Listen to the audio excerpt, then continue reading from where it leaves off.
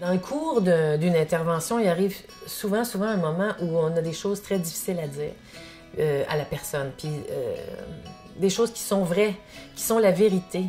Et puis on hésite à le dire, puis la plupart du temps, on le dit pas. Pour deux raisons. D'abord, on pense que de dire la vérité, ça va être tellement brutal que ça va rompre le lien de confiance.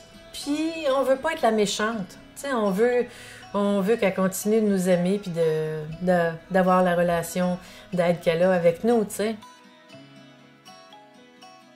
Moi, j'ai appris ça dans un dossier en particulier où c'était une jeune famille qui avait beaucoup de difficultés, faisait face à beaucoup d'obstacles, Et puis on avait essayé de mettre en place toutes sortes d'affaires pour permettre l'arrivée du bébé sécuritaire parce que la jeune maman était enceinte.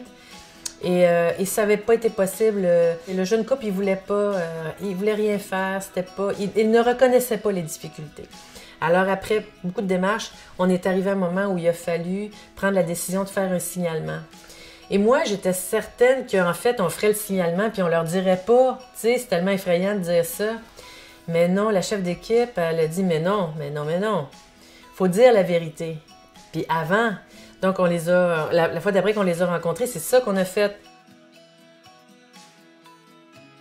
Contrairement à ce que je croyais, ça n'a pas du tout détruit la relation. Au contraire, ça l'a rendue plus forte parce que ce jeune couple-là, après, savait qu'on dirait toujours la vérité. Il savait qu'avec nous, il y aurait l'heure juste.